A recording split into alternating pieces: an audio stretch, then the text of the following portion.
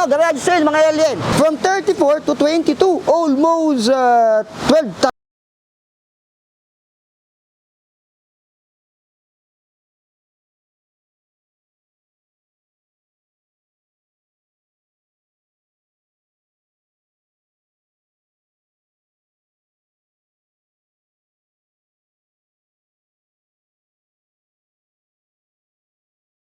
Sa Cyclus Motor and Cycling Center. Dito natin finiture yung mga maro na MTB and yung mga hubs na updated na price. This time, marami sa inyo naghahanap o nagtatanong o nagtataka o curious kung magkano na yung presyuhan ng mga fork ngayon. So medyo malaki yung sale nila dito, 25 to 35% off sa kanilang mga fork dito. Yan, sobrang dami.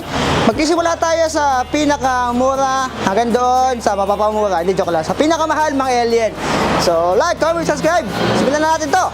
Let's go! Okay, ito yung unang-unang fork na papakita ko sa inyo. Medyo late lang na ilabas to, kaya voice over na lang natin dahil di gumana yung mic ko dito. XCT, SR Santur, size 28 yung stanchion, travel is 100. Wala tong manual lockout and coil type lang to. Pang 26 sir, ang dating presyo nito is 1,700 pesos, less 25%, ngayon ay 1,200 pesos na lang siya. Next naman natin, ito medyo late lang din na ilabas to, kasabay na to yung XCT.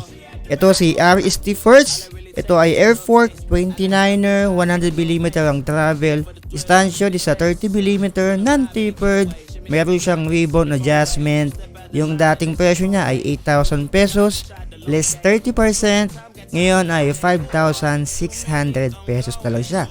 So less 2,400 pesos. Mountain Peak, ito yung X5, Mountain Peak X5 Air Fork, dating 3,800, 25% ay 2,800 pesos.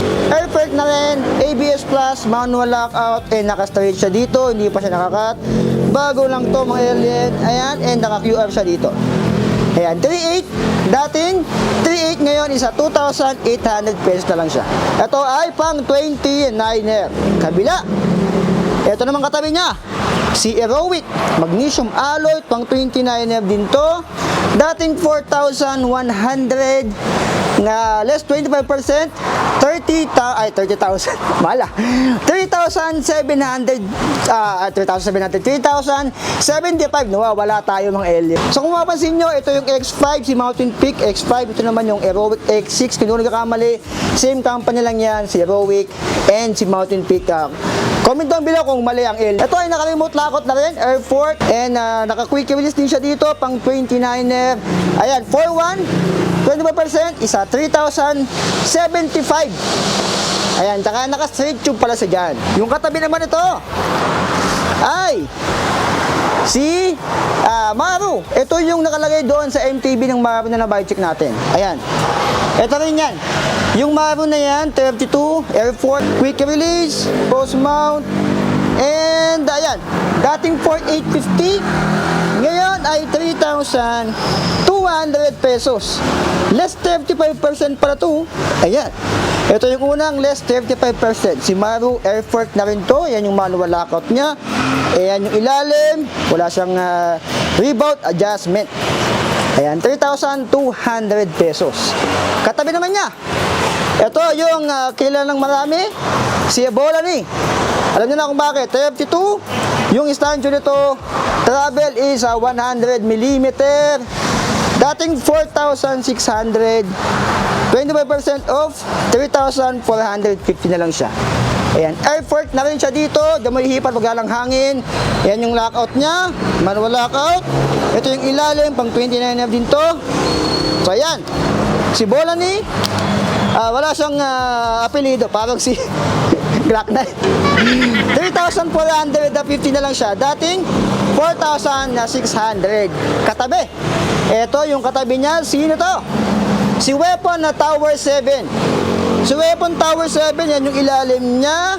Quick release, straight tube. Straight tube din pala yung mga naunang na-feature natin. Wala pa tayo nakikita ng tapered. Air Fork, ayan siya, 32 at pang 27.5. Ayan, yung kanyang lockout. And dito naman, travel 120mm XC core. So ayan, ang presyo dating, uy, laki oh. 5,450, 25% of 4,087.50. So meron pang butal na 50 centavos. So piso na yung ano ngayon, fishball. Ito naman, Speed 1. Speed 1 bazooka. Ito yung minabala sa mga kanyon. Speed 1 bazooka, 29er old slick. Ayan mga alien. Dating 6,400 less 25%, 4,800 pesos. So sinigurado ko pa. Ayan. Airport na rin pala to. And yan yung lockout niya. Straight tube siya dyan. Ito yung kanyang rebound. Ayan mga alien. Pang 29er siya. And oil slick na. Dating 6,400 ngayon 4,800 pesos. So napaka laki ng binaba. Ito naman katabi niya. Ito si Manitou. Manitou, oh, mabigat mga alien. Ito si Manitou Circus. I think pang 26 lang to. Medyo maliit siya. Naka post mount. Travel 100mm I think. Ayan, wala siyang lockout dito. So bakal to yung kanyang stanchion. And malamang sa malamang meron tong spring syempre. And naka straight tube siya dyan. Ayan, dating presyo ay 14,250. Less 35%, 9,300 pesos. Siguro matibay ito. Kasi coil type siya eh. Tsaka Manitou na rin. Baka una ka pang masira bago to. Ito naman kabila, ang N3 ni RockShox. So ito yung unang-unang truck sale na nakita natin. Ito, si RockShox Recon. Ayan, si RockShox Recon. Ito yung naka-tapered na dito. Air fork, ayan yung kanyang lockout dito, manual lockout. Ito yung ilalim niya. Naka-truxel na rin, RockShox Recon. Ang travel nito I think 120mm. Dating 14,900, less 25%, 11,175. Ayan siya, pang 29er. Ito yung karamihan na ginagamit, RockShox Recon. Yung mga naga-light rail, ito yung ginagamit nila. Ayan, 25% is 11,175 si RockShox Recon. Dating 14,000. Laki na binaba. Katabi naman niya. Ito, ang syempre ang fork ng mga macho. Ito si Manitou Machete. Ayan, naka quick release. Ito yung kanyang rebound adjustment sa ilalim. Travel I think 100mm. Pang 27.5. Straight tube siya dito, hindi siya naka-tapered. And ito yung kanyang air fork and ABS plus. Ayan, magkano sa Machete ngayon? Dating 16,800 pesos, less 25%, 12,600 pesos. So ayan, ang laki na binaba niya, halos sa 4,200 yung binaba ni Manitou Machete, ang fork ng mga macho. Ito naman kabila, yung bigas mga alien. Charot lang. Ito si Manitou pa rin, syempre Manitou Dorado. Kala ko dinarado eh. 100mm travel. And naka-truxel lang rin siya dito. Ito yung rebound adjustment niya sa ilalim. Meron siyang sub. I think 34 yata yung stanchion nito. Medyo malaki-laki. Ayan. And naka-tapered na rin pala siya dito. Ito yung kanyang air fork sa taas. ABS plus. Ayan, medyo mahaba-haba. So magkano siya? Dating 34,850. Uy, less 35%. Ang laki ng binaba nito. Dating 34,850, ngayon isa 22,650. Ayan, si Dorado. Manitou Dorado. Naka-truxel na rin. So, ang laki ng binaba mga alien. Less 25 to 35%. Sabi sa inyo, legit eh. Ito naman kabila. Ito yung pinaka-mataas sa presyo sa lahat ng kinover natin. Ito na. Siyempre, Manitou pa rin. Manitou Matok. Papatukan ka nito. Ito yung kanyang rebound adjustment sa ilalim. Naka-truxel siya dito. And I think nasa 160mm travel. Medyo mahaba-haba to. Ayan yung kanyang taas. Naka-effort na rin. And naka-tapered syempre. Ayan, si Matok, mga alien, medyo malaki-laki to. 34 yung stanchion to, masigurado. Ang laki oh, kasing size nito, yung stanchion nito. Si Manitou Matok, expert pala to eh.